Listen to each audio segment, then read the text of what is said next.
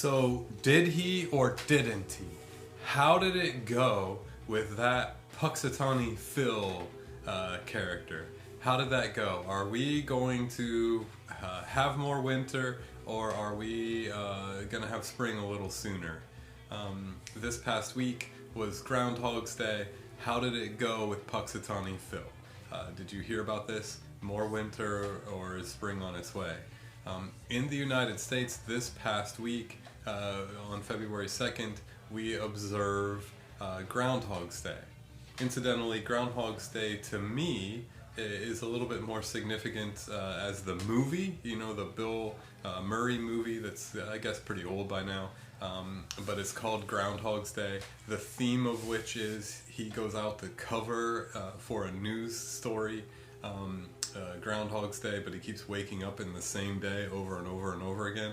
That, I guess it means I'm becoming an adult, because every day feels like Groundhog's Day sometimes, and the terms Groundhog's Day mean more to me being stuck in a cycle than they mean about Puxatawny Phil. I've never put much worry into that, but this is what we've observed this past week. Did he or didn't he? This is supposedly when there's a prediction that winter will end. We all know that. We all know this was Groundhog's Day week. But what you may not know is that this time of year also had special significance to our Christian ancestors. There is a sort of lesser known significance to this week to some of our ancestors. They viewed right now where we are, the move from January into the beginning of February, as a hinge period between winter and spring. They viewed this time now as a time, you know, where they can start to see the days lengthening a little bit, a hinge period that we're moving towards spring. And our ancestors honored this by blessing and lighting new candles. So the idea here is that at the start of winter, they didn't have electricity, so they got out candles. And those candles, by this time, the first batch, have burnt down. They've used those, and so they've moved to the second batch of candles. And when that happens, they see that as a hinge period, a time where we're now not going into winter, but building out of it, no matter what Puxatawny said, right? Groundhog's Day is much more like the movie to me anyway. But they view this as a hinge period. Celtic Christians had a word for this, Imbolc. Imbolc. They called this season the season of Imbolc, I-M-B-O-L-C, and this means in the womb. This hinge period is a season of being in the womb. We are in the womb of winter and about to be birthed into spring, right? And that's what they saw this as. Maybe we've crossed through Groundhog's Day, and that's how we've observed this week, but I think it's also a spiritually significant week, the season of Imbolc, the season of the switchover of candles, the last set that moves us into spring. We are in the womb for spring, and maybe that means something if our days feel like Groundhog Day. Like every day is in this same little box or little womb, and it's the same cycle every day, and I just feel like I'm repeating, and where's the meaning and where's the depth? Maybe being close to being born into something is good news at this season of Imbolc, this week of Groundhog's Day. I'm not all that worried about Puxatawny Phil, but I am sort of grateful for the cycles that God moves God's creation through. Good morning, good afternoon. Welcome to Preparing for Sunday. This is for Sunday, February 6th, 2022.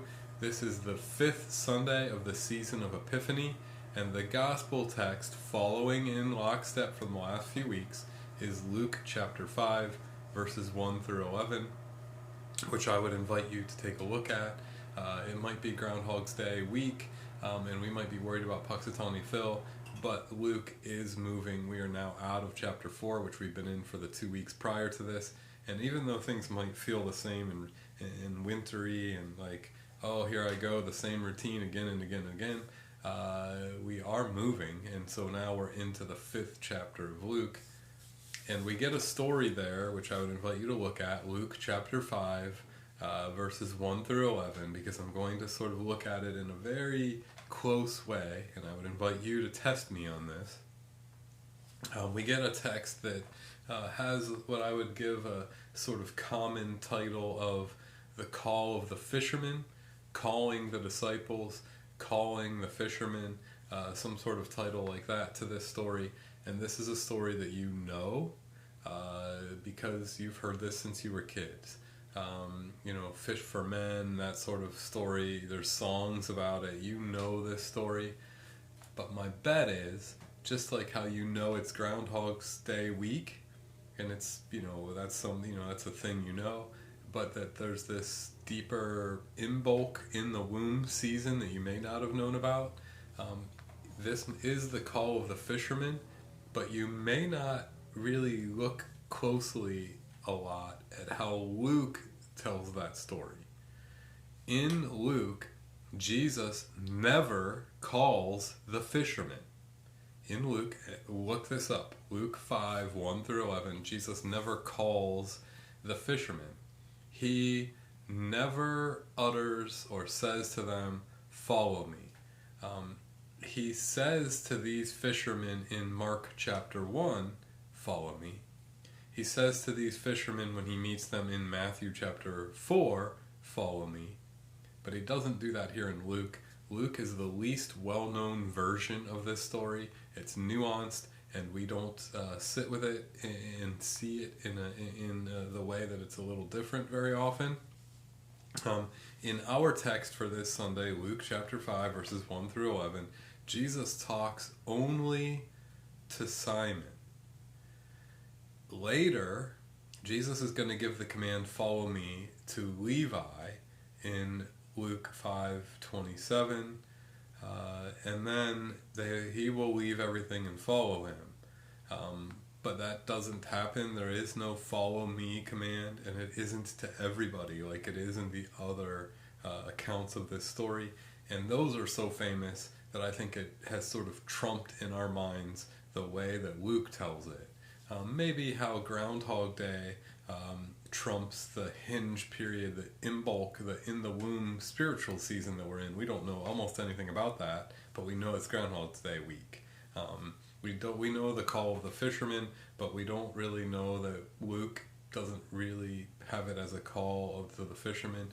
Luke has it as an interaction between Simon Peter and Jesus, and that's the way it is there in Luke. And so rather than a call story, this is a pronouncement story. Rather than calling Simon, so, follow me as a call. Rather than calling Simon and the other fishermen, he announces to Simon Peter, and look closely, he only announces it to Peter. He announces what he'll be doing. He doesn't call him. He just says, here's what you're about to do. The tasks are the same. The ultimate place where they end up is the same, but the words are different. And the words are different in Luke than they are in Matthew and Mark. They end up in the same spot, but the way Jesus does it is different. This is not a call. This is a pronouncement. This is not follow me and like they have an option. This is Jesus commanding them, which is a different way to express that. And maybe for you and I, who can identify with Groundhog's Day because of the movie, the cycle where every day feels the same, and what's my purpose, and why does everything feel so routine and rote and empty? Maybe the pronouncement, the being announced to, the commanded to find depth and beauty in our days is something of a wake-up call. I talked about Luke as wake-up call last Sunday as part of worship, that Jesus says some pretty offensive stuff, and that I think he says it as a wake-up call, and maybe that's what this is again. This is an epiphany story. Epiphany stories are wake-up calls. That's why that sort of theme is hitting us Sunday after Sunday right now. We're in the 5th week of Epiphany, and this is a wake-up call. And this is a biblical tradition, the wake-up call of angels appearing or God appearing, and sort of just breaking people out of the monotony of their own personal Groundhog Day system. They're all epiphany call stories, pronouncement stories, and they have a structure that indicates what they're about. The human in these stories is located pretty precisely, often in the midst of mundane Groundhog Day tasks. The display of divine presence is very dramatic or miraculous. The displays are so impressive that they take over the whole story. It's the burning bush in Exodus. It's the fire from the rock in Judges 6. It's the transformation of the temple in Isaiah. It's a boatload of fish, and now that supersedes the mundane day and becomes the point. These wonders add astonishment and delight to the story. They move them off of where they are. They're a demonstration of divine power and presence that are also telling us who the prophet, who the speaker is in this time. They're telling us who Jesus is. And in Luke, I want to point out quickly here that this pronouncement comes, and this is an interesting thing to tell people who are watching this preparing for Sunday, because they're worshiping people and because they plan on being in church. I don't know how you'll hear this, but these calls, the burning bush, that sort of, a lot of this transformation, this divine presence that becomes a wake-up call from the mundane, comes not in holy places, the temple or the synagogue. They come in the midst of people's work. Here's Simon Peter working, and this pronouncement of who he is.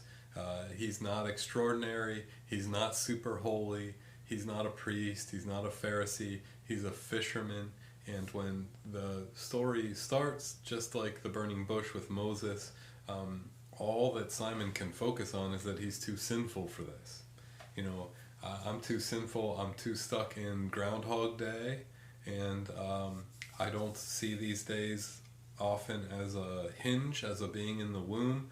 I just am going through the motions, and they feel empty. I'm too sinful. That's what happens when you're put in the presence of, my goodness, this day could be about something else. And that's what happens here. I don't know what that means for us, people who are church people, that this happens in not a holy place. Maybe the idea is we gather for worship by the call of the Holy Spirit, and we gather for worship because we're hopefully being discipled or taught or led into believing or seeing in the midst of our lives that this is sort of not helpful unless it is an epiphany that means something for us at work or school or whatever. So there are some similarities between these call stories, the call stories in Matthew and Luke, but there is a major difference in Luke's storytelling.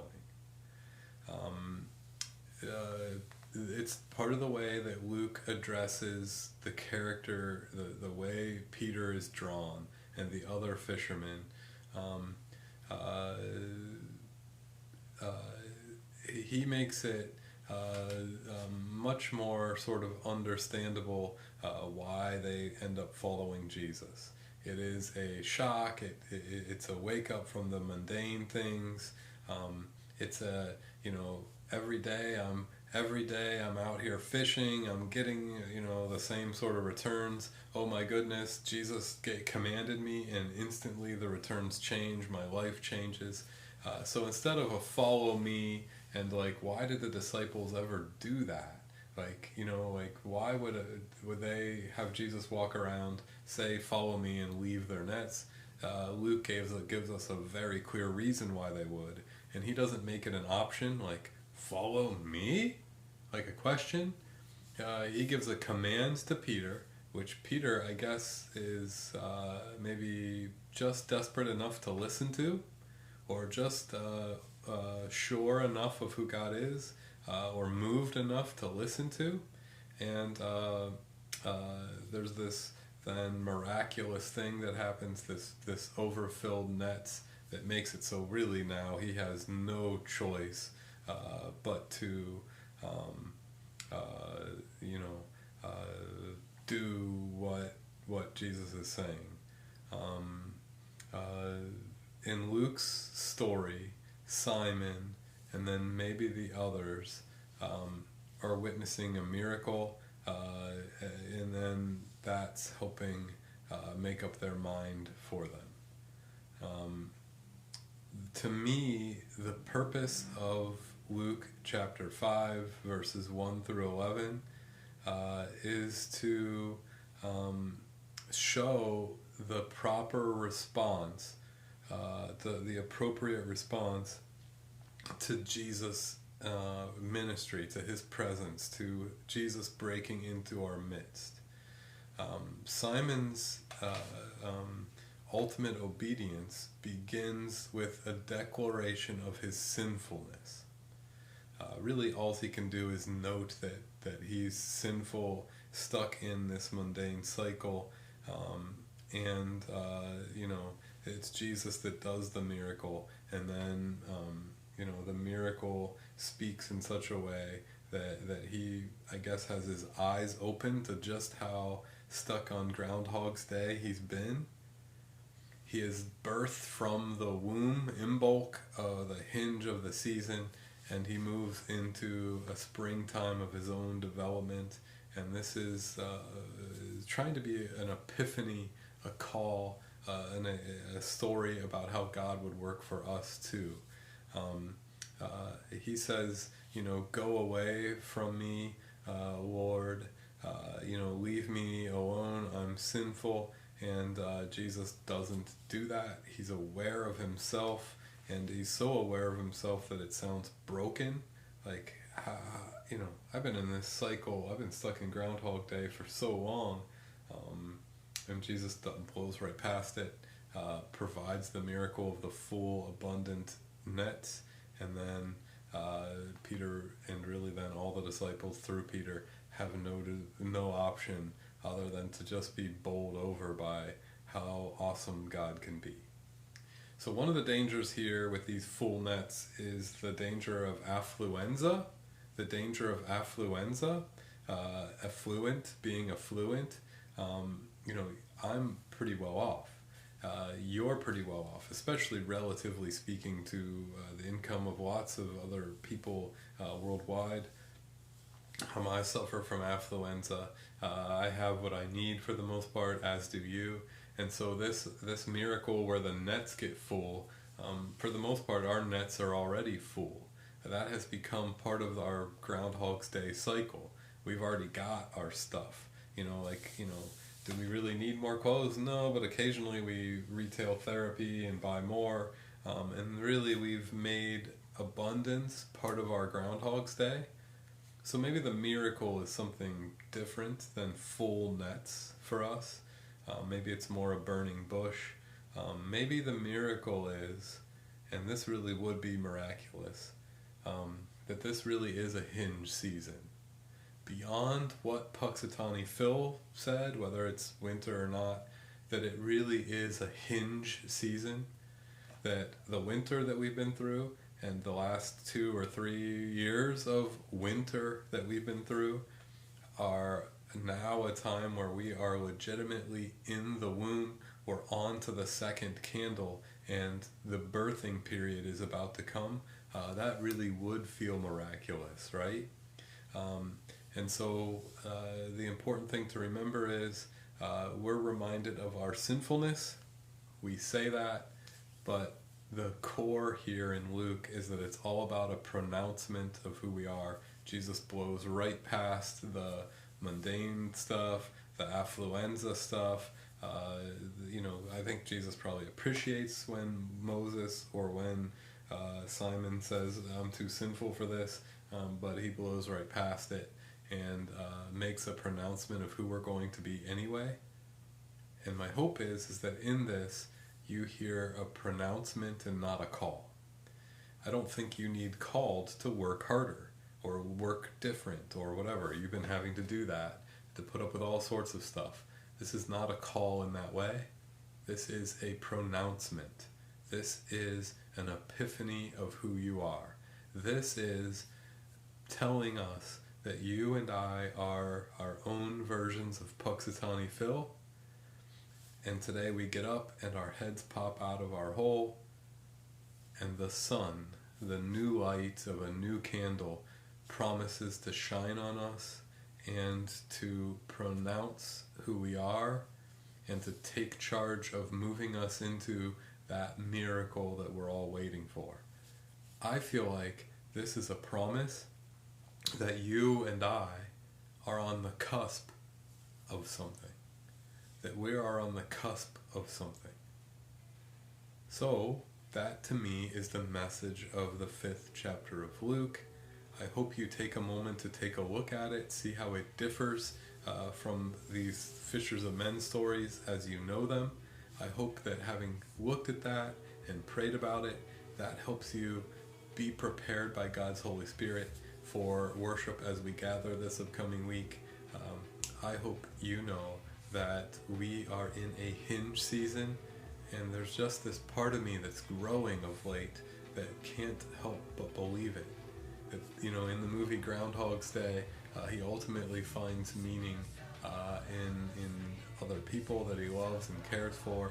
He's woken up from the cycle, and he experiences life in a whole new way. And I really believe you and I, this spring that we're about to be born into, are on the cusp of a new thing. I mean, it can't get any worse. Their snow couldn't pile up any higher. The bad news couldn't get any deeper. So maybe on the cusp of something is the only thing we can hold ourselves up with. And I believe that this is a pronouncement, not a call to more work per se, but a pronouncement that you are about to be a part of something springful and fun and meaningful, and that meaning and purpose are right here for you. Thanks for joining me. Stay safe, and I will see you soon.